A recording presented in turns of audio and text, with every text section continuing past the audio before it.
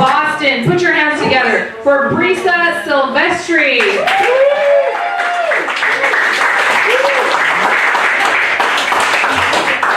Hello. Yep, I'm from Boston.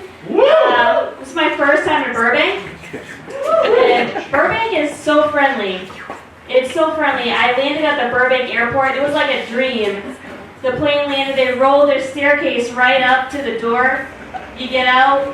People are just like on the tarmac waving because they're happy. I went inside the airport. There was one turnstile for the suitcases, the baggage. It was so easy. I grabbed my bag. I walked out the crosswalk, and there was a traffic cop standing there. He had a little straw hat fedora on.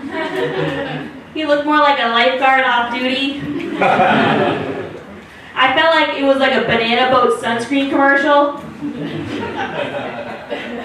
And I was like, sir, sorry, I'm a little lost. I know I rolled across your crosswalk a few times with a suitcase. I'm holding up traffic. I'm so sorry. And he was like, oh, they're fine. And people were just beeping because they were happy. And they were like, it's fine. Welcome to Burbank.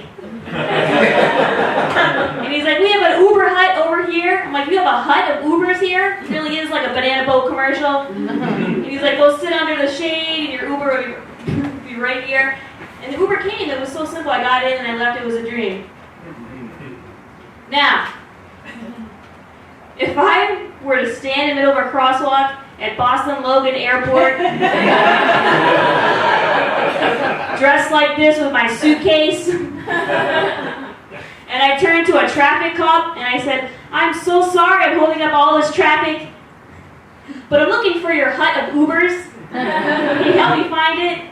The cop would take one look at me and he would be like, where are you from, the Wizard of Oz?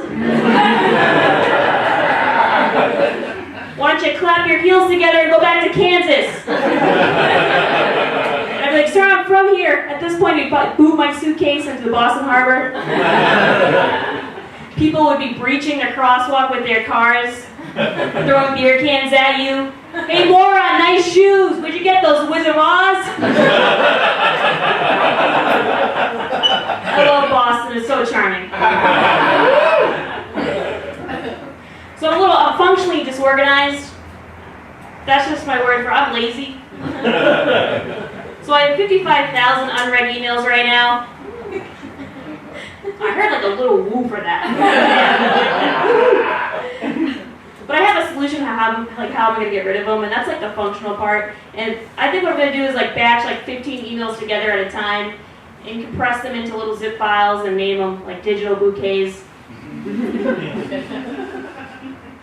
And then for people's birthdays, holidays, or just because they know me, I'll just forward them a digital bouquet. Happy birthday. There's got to be like an Old Navy promo code in there somewhere for you. Yippee, get yourself some new flip-flops. So I'm Irish Catholic. Woo! Yeah! It's like an enthusiastic movie, kind of died out at the end there. And yeah, from Boston, so that makes sense. People are like, oh, it's just a stereotype of Boston Irish. I'm like, no, it's not. Most people are Irish in some way, related to someone who's Irish. But like Pat said, I grew up religious. I don't really go to church anymore, but I did go recently with my grandfather. But when I went, I made sure to sit in the middle of the pew. Because if you've never been to a Catholic church, they come around with a little donation basket on a stick asking for change. And I don't carry cash on, like told my grandfather, like, we gotta sit in the middle of the pew. Because in the middle of the pew, they can't reach us with that basket. Boy, was I wrong. The priest came up to our row. I said, don't make direct eye contact. Don't make direct eye contact. The priest just started extending the basket like a little skipper. And they don't say anything when they ask for donations. They just bob the basket and make you feel guilty. I was like, sorry, no cash here. And he starts retracting it. And then I reached my pocket to get my phone, and I think he thought I was getting my wallet, and he started bringing it back out.